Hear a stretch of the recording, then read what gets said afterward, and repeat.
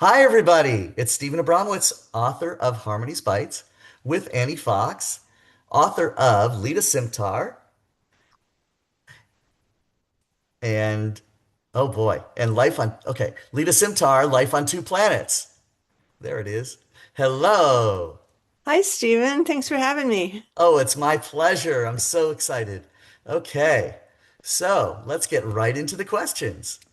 So the first question, when you planned for writing Leeta Simtar, A Life on Two Planets, did you prioritize designing Fure, the planet, first, or did you develop the characters like Lita, Zerti, Angela, Sid, Lucy, and the Dot, and others?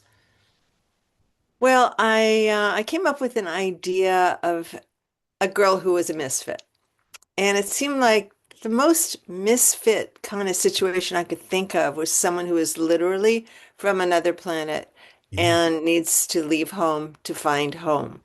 So to answer your question, I'd say I had Lita in a very vague form, and I did a whole lot of research, personal discovery, and invention about her home planet. And that came way before the other cast of characters. Okay, that makes sense. I mean, you really had to know what Fure was all about to Yeah. really appreciate the change in Lita when she came to Earth. Exactly. And how such a rigid culture and society might impact someone who was so different in so many ways. Yes, I'm going to get to some aspects of that culture coming up here. In fact, then my next question has to do a bit with that. The mantra of Fure was one mind, one goal, one family, and it was repeated frequently. So, what socio-political statement are you making with this phrase? And there's a bit of irony to it, is there not? I want to Oh, hear about these unique attributes of Fure's okay. alien culture. One mind, one goal, one family sounds to me like if you're not like us, you're not part of the family. So it's really all about conformity, enforced conformity. And again, what happens when you either won't, or in her case, in many ways, can't conform? I mean, she's 6.5 feet tall. Yes. Everybody, she's a standout on many levels. Yeah. And the people in Fury, they top out at about 5 feet tall. Yeah, I could So tell. she is striking in her physical appearance, Yes. but more than that, or in addition to that, it's her behavior that makes her someone you just can't miss or avoid. And even though on some level she tries to be invisible, she really can't conform. Her emotions are very, very big. Think of her as, in some ways, a 2 or 3 year old. Mhm. Um, she feels the feels really big. And she's mercurial in the fact that they change, and that's frowned upon by the rest of Furians. They're more like Spock. Yeah, yeah, definitely. And yeah, you even mentioned Star Trek at one point. But I see a bit of an irony because really it took her to come to Earth to understand what her one mind, one goal, and one family was all about. Would you agree with that? I would agree that coming to Earth, and I guess that's maybe a spoiler, but maybe not, because the cover has a picture that's very Earth-like in the Yes. top part of it. So we know she leaves Fury, which again physically is a very, very different place. It's dry, it's arid, it's not life supporting. Very And rocky. she arrives in Northern California in the spring, and it's very, very lush. She's also a botanist by training. Yes. And so the contrast for her is just like a kid in a candy store. It's like things growing. Water, my gosh, water is so scarce on Fury. So I think that the idea of her transformation really and a sense of like, oh, this thing in me that made me so emotional and so ostracized at Mhm. home is something that is actually not so weird or strange among humans. Maybe even a benefit to her. Yeah, she tries to fit in. So, along those lines, you've described Lita's development, I saw in a print interview, as a coming of age story. I Hmm. thought of the construct really as a fish out of water, where Lita feels uncomfortable in Fiore, but also in Earth for a time. Can you Oh, for explain sure. your thinking about the coming of age versus fish out of water story? I think it's both, really, Stephen. She is totally a fish out of water. She's a stranger in a Yeah, strange land. yeah, She's very strange.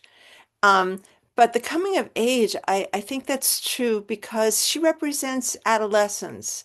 She's 17 years old in Earth years. We yeah, don't know how old she really is, right. but she is in many ways unsure of how to, as I said before, manage her emotions.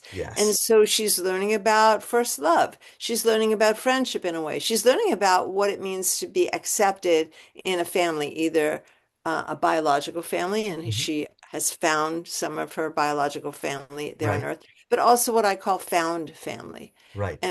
and what it means to be part of a tribe that she never felt Yeah. before. So that is coming of age in that, like, I accept myself. I am also accepted by other people. Yes, it truly takes a village as long as the village serves onion rings.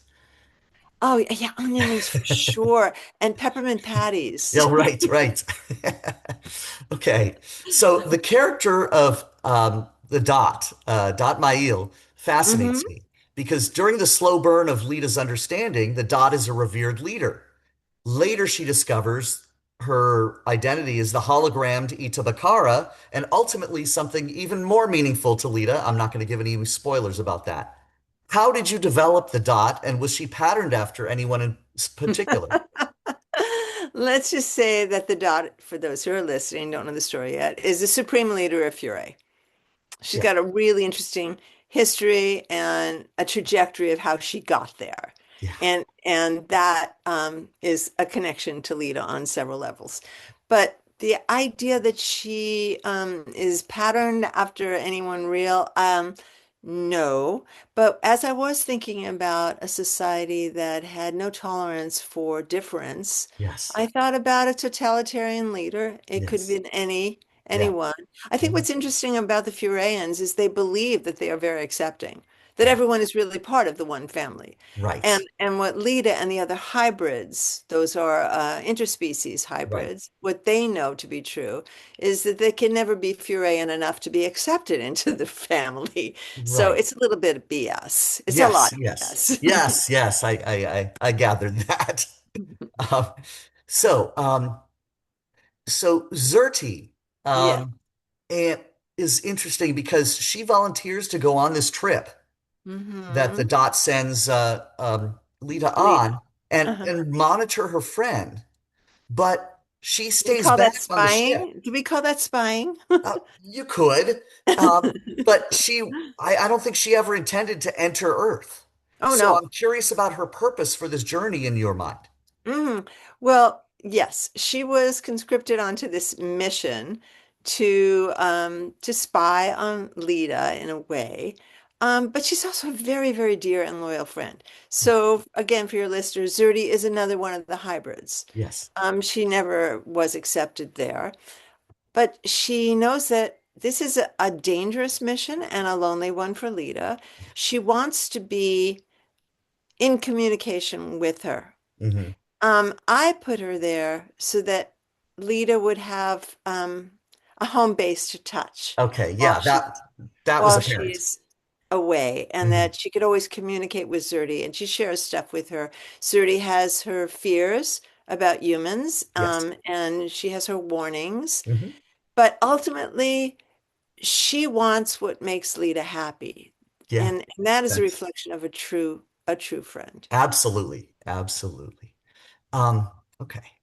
So I'm going to Lucy. ask you some questions too. Okay, sure. But Lucy is another character who changes Lucy. drastically, right? Yes. At first, she's completely cold and really is skeptical of Lita as her as Ruth. Hmm. But eventually, Lita wins her over, and they build a friendship. Yep. How did you develop the connection with the ring and the cube that Lucy made when she was 6 years old that Lita copied? How did you come up with that? And how Okay. the Lucy Uh, character? Without any spoilers, Lucy is a wounded individual, and like Yes. many wounded people, their first tool in their toolkit is attack. Yeah. She's incredibly sarcastic. Hmm. She doesn't trust anyone, but Lita in her naivete is she's very lovable. Yeah. It's really hard to resist her. Yes. That she's not Yes. trying. She's like there. She's Yeah. just like totally there. She's pretty accepting and she will call you on your BS, but she does Ye- it lovingly. Right. Um, and so this character Lucy kind of joins the group that is part of the road trip. Right. And it is I think about it, Dorothy and the Tin Man and the Yes. Scarecrow and the Sure. Lion. It's Yeah. like you're there on a quest. You need some buddies. You Yeah. need some people who know the terrain more than you do. You Yeah. need someone with wheels because Lita Yes. does drive. Please and Um, thank you. yes, please and thank you.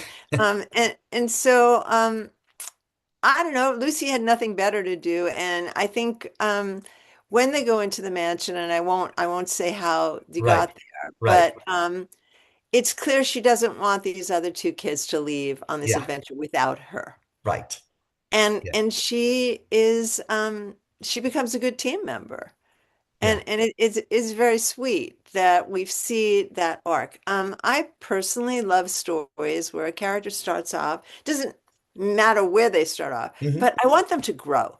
I Yes. want them to grow and change. Hmm. And when that doesn't happen, I kind of think of it as, first of all, boring for me as a reader. Yes. If I take a step back and think of it from the writer's perspective, I think it's kind of lazy writing. Yeah. Yeah. Um, I hear you. people in real life grow and change, Yeah. hopefully. Yeah. Not drastic sweeping changes, Right. but something happens in a story that you go, huh?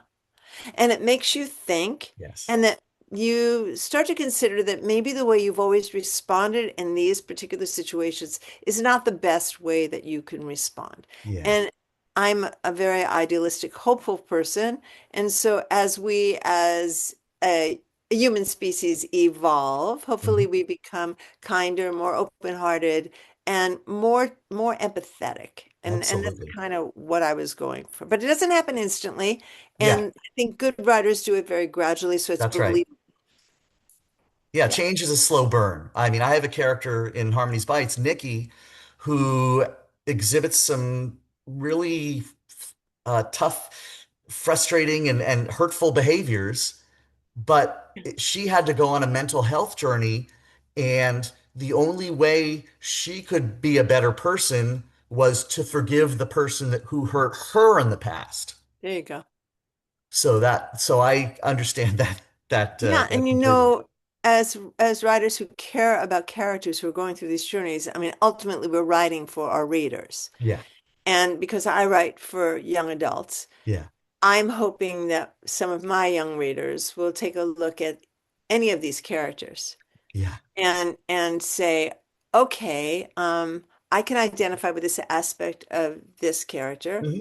the struggles he or she is going through, the things that brought him or her to this place, Yes, and I see them grow and yeah, change, yeah, and maybe I can too. yes.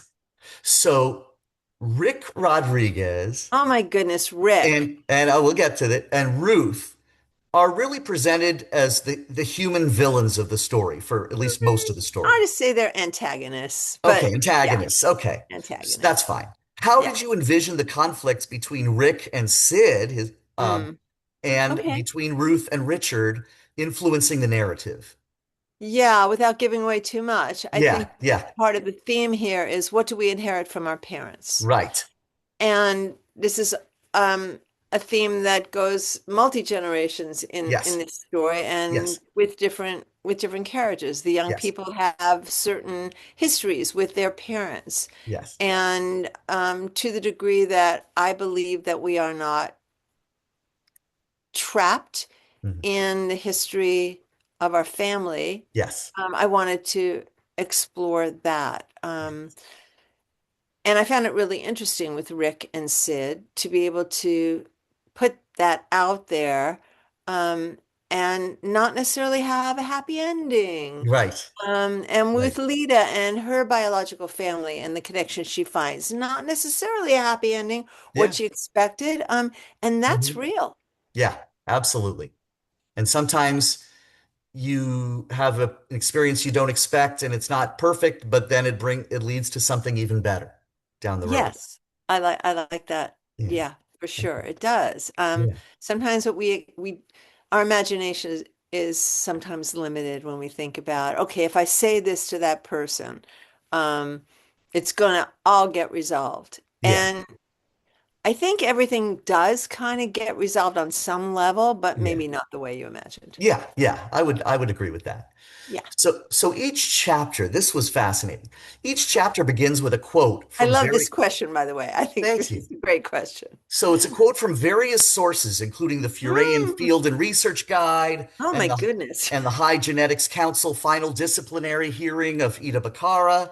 And yes, yes, I had to go back to when I was listening to the audiobook and listen to the beginning of a few chapters just to make sure I got it right. How did you come up with this idea of connecting quotations to chapters? And could they be pieced together like a puzzle if you just read the first, few couple sentences in order of the chapters? And then the question is, where did these references come from? Yes. What is this historical record I'm talking about? All fantasy. It's all fantasy. Yeah.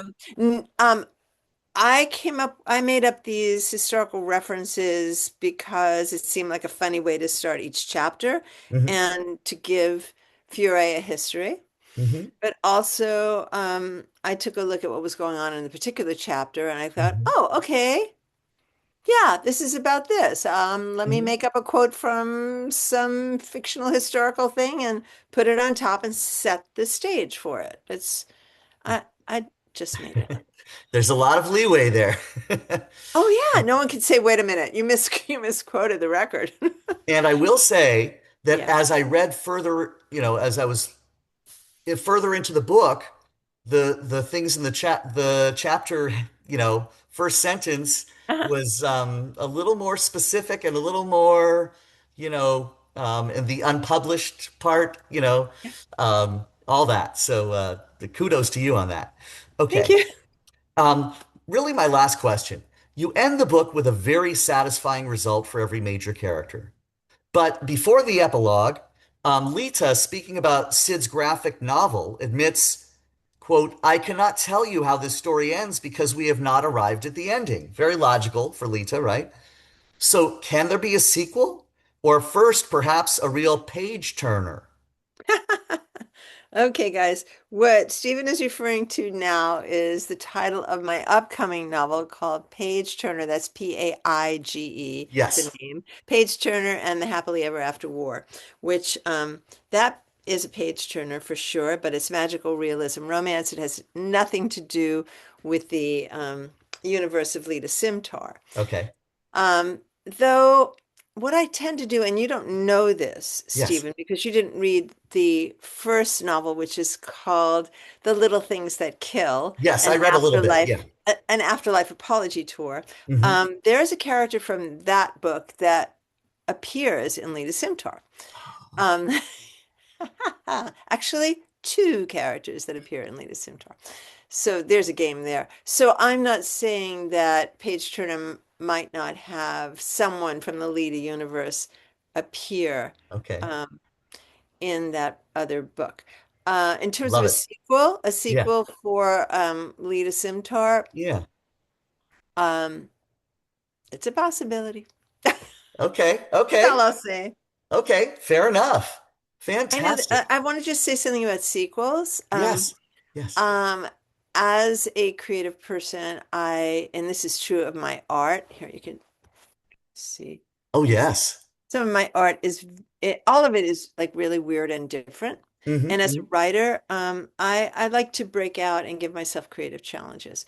So while I admire people who do sequels well, I Hmm. have also read people who write sequels because their publisher and or agent said, your first book was great. This Hmm. is a cash cow. Keep going, keep going. And Yeah. sometimes when I read book three or four, if I can last that long in a Yeah. series, Yeah. I get the feeling that the writer was bored, Yeah.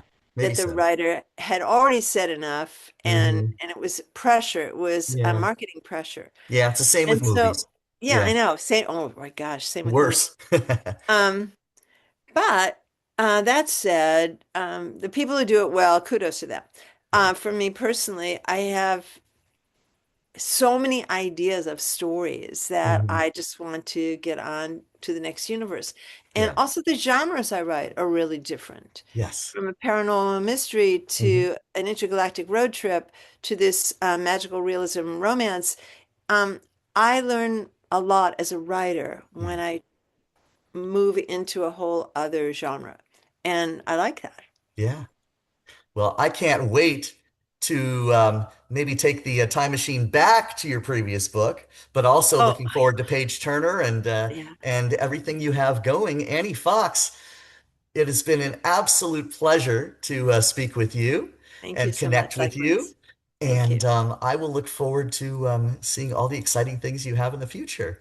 Thanks. My new book is coming out in the first quarter of 2027. Okay. And how can they get what you have out now? Any place you buy books. Okay. Yeah, just look Okay. for, or you could just go to anniefox.com Oh, and perfect. yeah, Love there you it. go. Very perfect. Okay. Thanks so much. Thank O- you. Okay.